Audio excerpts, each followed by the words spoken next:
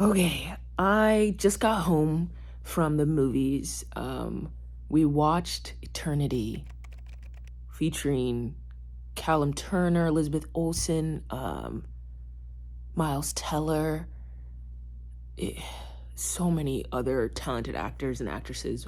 Oh my God, that was the definition of a fire ass rom com. I'm talking romance to the T. I'm talking the kind of comedy that makes you piss yourself, bro. That was such an incredible experience. I wish I could wipe it from my memory and do it all over again because I had the best time. That was such a fun ride. Like there were so many moments where I wanted to cry. I wanted to, laugh my ass off. Um I felt like I was being annoying because of how much I was laughing. That's how good it is. Oh my goodness, like just grappling with questions like, why am I with this person? What made me fall in love with this person? Who would I want to spend eternity with? Is it even a question of who or where? As long as I have myself, right? So many things, like, but also it's okay to make mistakes and admit when you're wrong. And that's what health communication is, right? You don't bottle things up, you just say how you feel. And yeah, I watched a lot of this and I don't know, it definitely tugged on my heartstrings. I really, really loved this. It's making me reflect on, my relationship with my ex. It's making me reflect on current relationships I have, not even romantic in nature, just platonic friendships, right? And who makes me happiest? Who would I want to spend eternity with? And yeah, this is definitely a movie that will stick with me for a while. Oh my God, it was incredible. Wow. I'm so glad that I went and I watched it tonight. Oh, so good. So good. Okay, I'm home now. I just came back from the movies. I watched Now You See Me 3.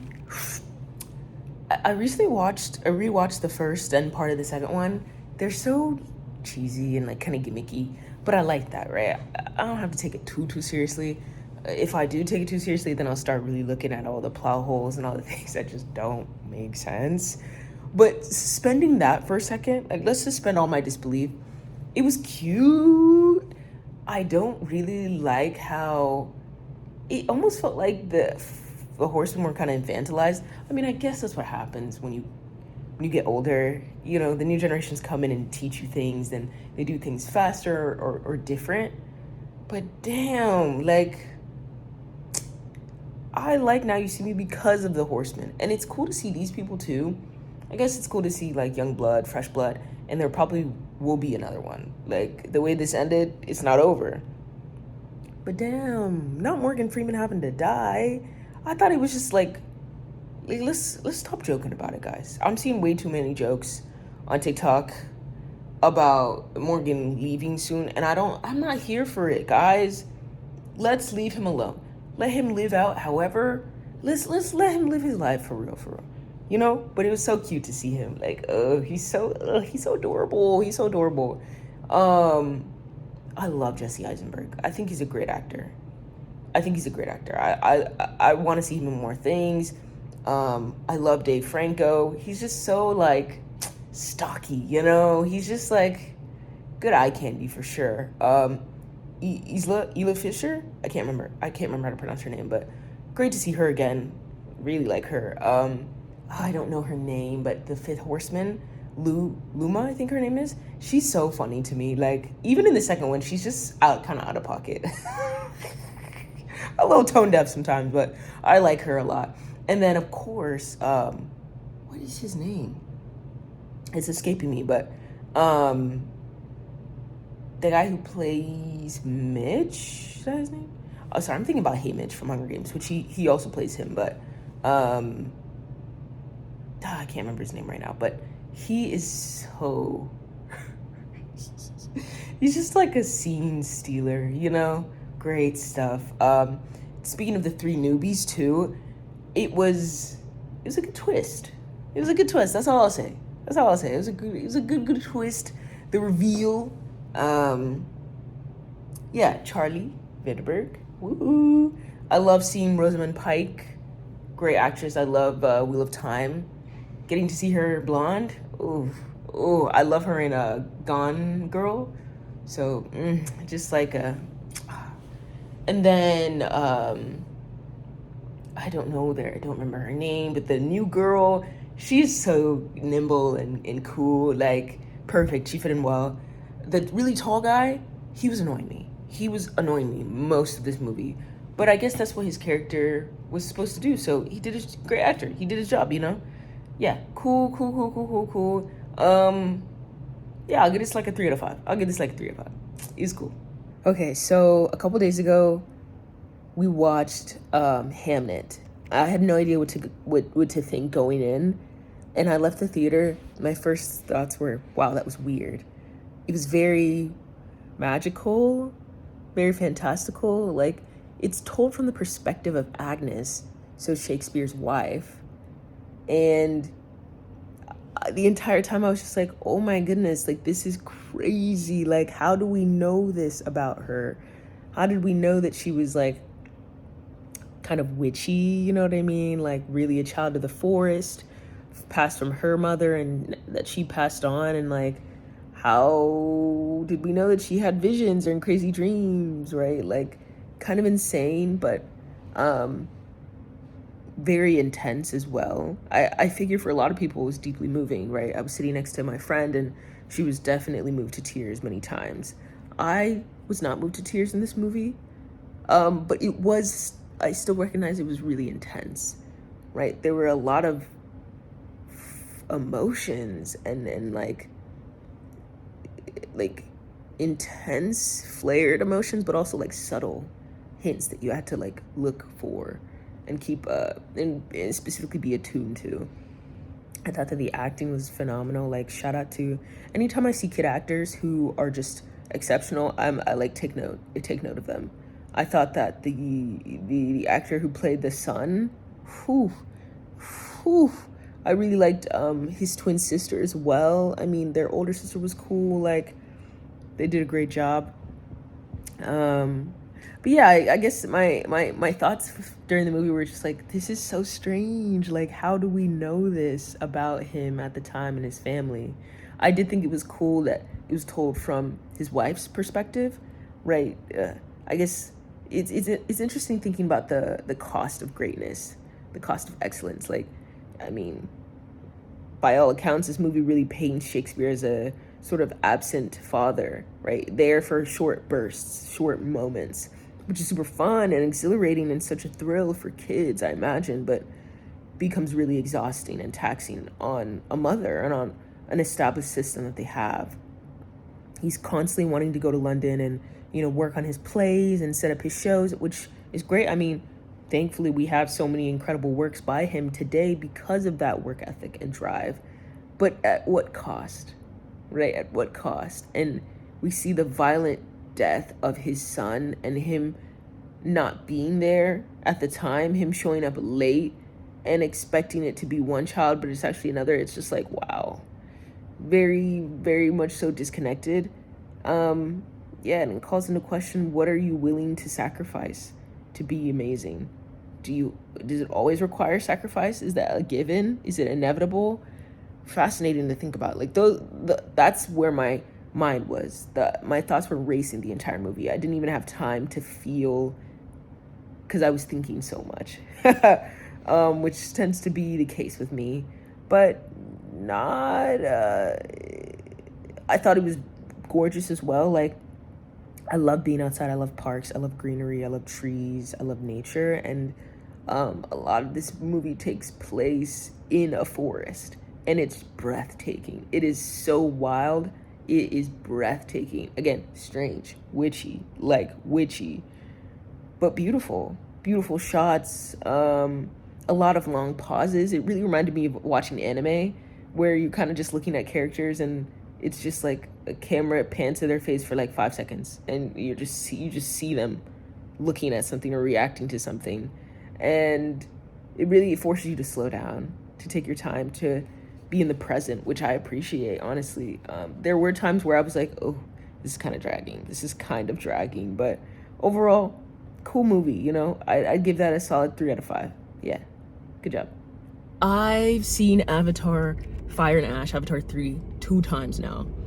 I wanted to wait to record my reaction till it's kind of settled in. The movie is great. Well, yes, the movie is great. Like, if you just look at it by itself, it is great. Like, visually stunning, sound design incredible. I watched it in Dolby, so it's like surround sound. What? Like, I feel like I'm hearing the little creatures chirping in the jungle, and I'm hearing like almost like the echolocation from the whale. I don't think whales do that, but from the whale-like creatures in the water. Like, it's insane. I don't know how it looks so crisp. Like, there are times I was like, wow, this is like I'm playing a PS5 game right now, and like max settings. You know what I mean? Like, great quality. I will say sometimes I think the frame rate changed and it kind of took me out, but great stuff. I think though that if I were to rank the Avatar movies, I would do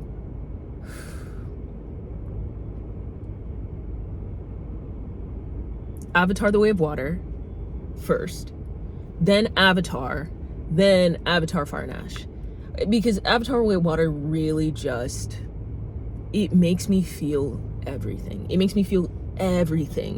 I think that was maybe my biggest complaint from watching Hamnet, is that I wasn't moved. Like, I felt like I should be. Like, my friends sitting next to me were crying.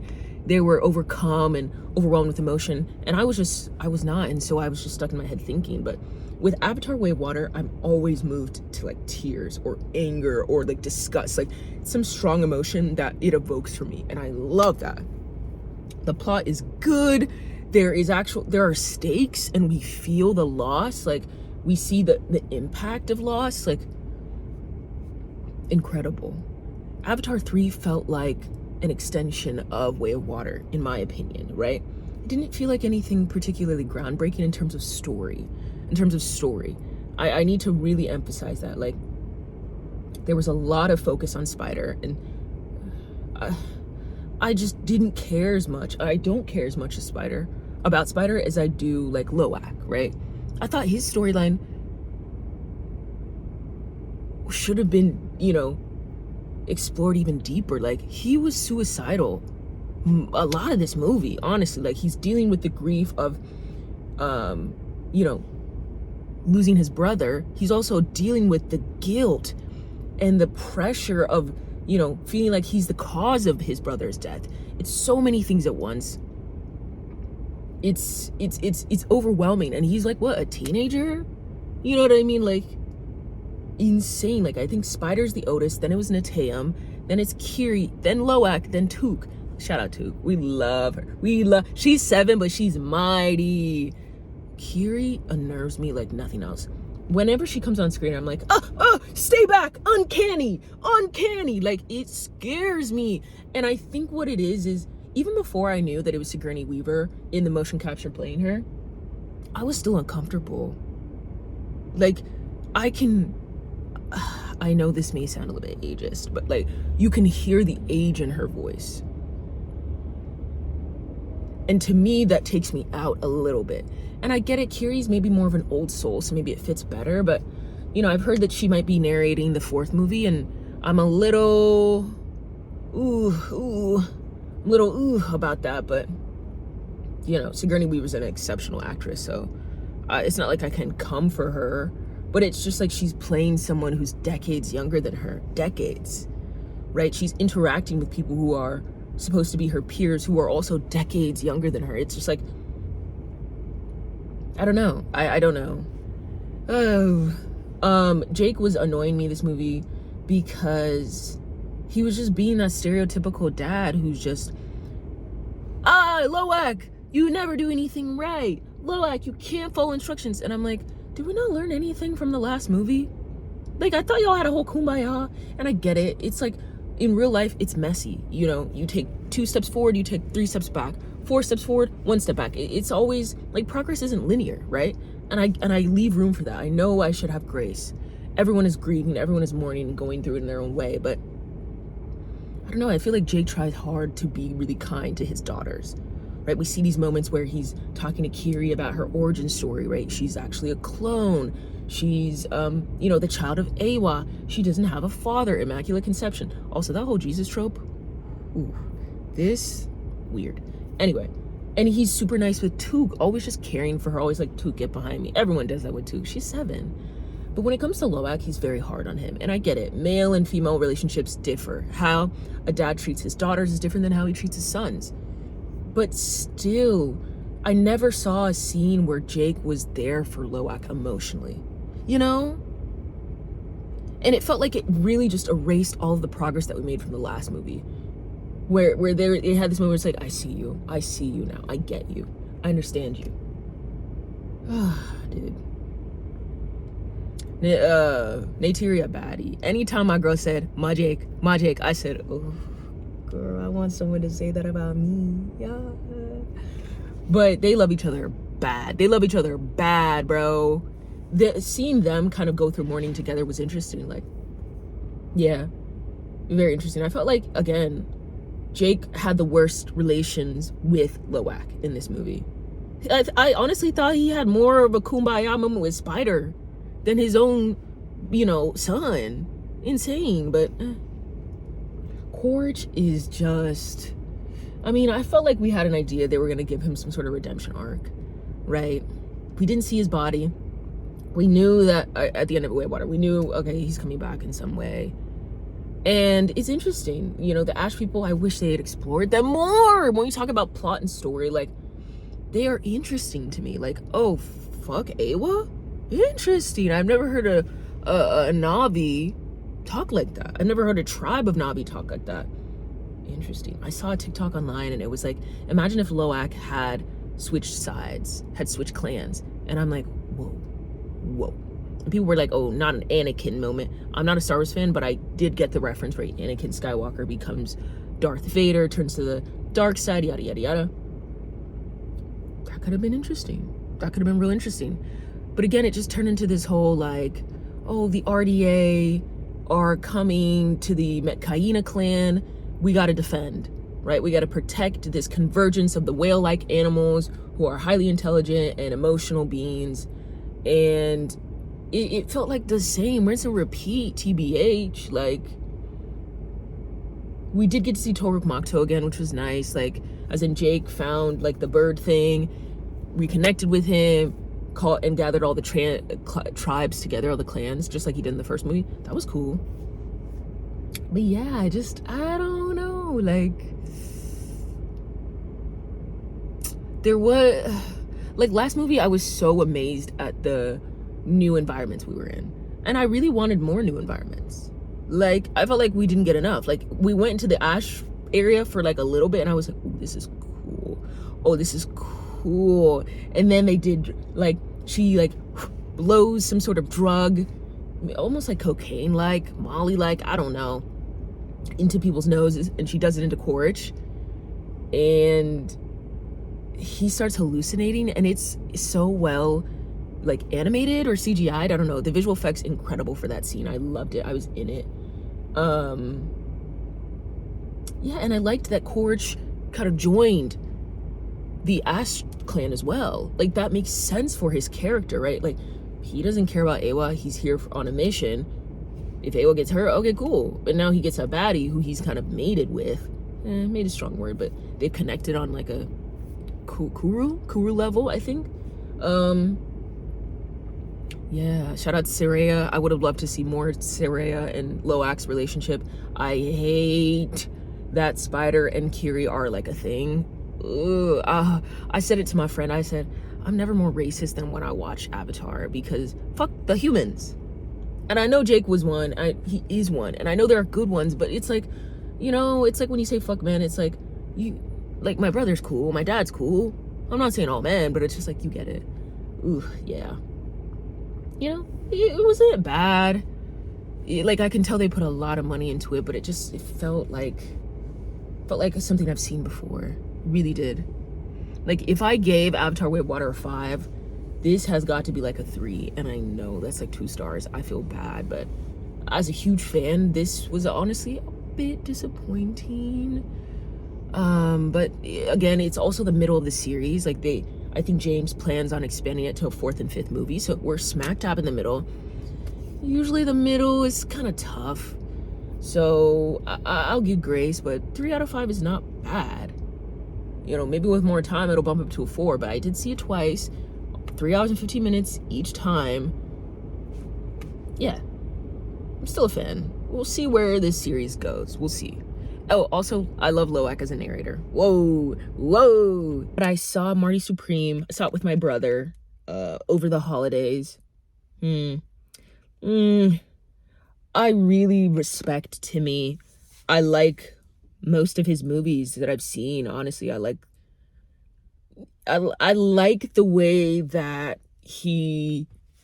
it comes across like he really cares deeply about the characters he plays, about really embodying them, about really conveying their spirit, their energy to the audience, right? You really feel that, like, at least I do when I hear him talking in interviews, when I see him on a red carpet, right? He is this larger than life personality figure, and he's really, I don't know if the word is gained or grown a cult of personality around him. Yeah, he's just an interesting guy to me, right? Fascinating. I really like his style too, on and off the red carpet. Yeah, he's interesting to me. And so I was excited to see Marty Supreme, right? I thought there was a lot of marketing, a lot of promo. I like ping pong. I like table tennis. My great uncle. Yeah, my great uncle is actually, or he was a table tennis referee, and he would travel around the world, like, refereeing matches. So, you know, I definitely am really into the sport. I'd never heard of Marty Mouser before. And I really thought this was going to be just more of a biopic, like really biographical. Like, okay, this is Marty, this is his childhood, this is how he became, you know, an incredible legend in the table tennis community. It was not that. It was not quite as I expected. It was very intense. It was a roller coaster ride. It was messy. It was overwhelming at times. I think that I left the theater feeling like, what did I just watch? Where did we even go? Like, where did that take me? Right? What was the journey? I left it thinking, where did it drop me off? Like, where was the end destination? And I think it was more of a movie about enjoying the journey, the process, even though it's super messy, right? Timothy plays this character, Marty Mouser, who is insanely ambitious and driven to become the best in the table tennis community. One, in the United States, he believes he's the best, and then internationally. And he's going to do whatever it takes for him to prove that and to compete at the highest level, even at the cost of his friendships, relationships, his own almost like dignity sometimes, sometimes I relate and sometimes I don't. I am an ambitious person. I am driven as well. And I'm a pretty patient person. And that means that I can be a bit relentless when I want to be, because I have time, right? I know that it's going to work out for me in the end, or I'm hopeful it will. So I don't mind trying again. Right? I very much am someone who sees failures as just like a setback, is like a lesson, something to learn from. And I resonated with that part of Marty, right? Like, he was never going to take no for an answer. He was going to do whatever it took to get him to reach his goals. And I resonate with that. The part I didn't like was how deeply he lost himself in the pursuit of his dreams and his goals and his visions. Like, he was not a good person. And the movie does not... he made a lot of bad choices, right? He acted in a lot of bad ways. And I don't resonate with that, right? I don't want to lose myself because I'm chasing a dream or a goal. No, not at the cost of myself and the cost of my relationships with people and my good reputation, right? So there was a bit of a disconnect with me there. I think that it was an okay movie. Like I wasn't I hate to say it, but I wasn't wowed, right? I was just kind of like, where are we going? Like, I was very eager for it to come to some sort of resolution. Like, I was like, okay, cool. Like, the goal is that we're working toward, like, for someone who's so ambitious, it's nice to have a goal. And for the movie to never really have that, I mean, it had it, but like, the movie ends with him beating his like rival, like the Japanese winner, the winner internationally at like, I don't know, some like event. Like it wasn't even a really, like, it was like almost like a little exhibition that he was supposed to lose in, right? And then he's like, no, rematch. Like, I really want to play for real. And he wins, but it's like, this is what it was all for. This is why you were being a bitch. This is why you were being nasty for this. Like, I was just like, this is not worth it. And I disconnected there. But yeah, cool acting from Timmy. Cool to see Tyler, the creator, in his acting debut. I don't know if he's been in anything, but this is my first time seeing him on the big screen, so shout out to him. It was cool to see Kevin O'Leary as well. I loved watching Shark Tank growing up with my family, so to see Mr. Wonderful play a character like Mr. Wonderful in a movie is really, it's oddly satisfying. It fits very well. Yeah, I'd give this movie a 3 out of 5. I'd give it a 3 out of 5.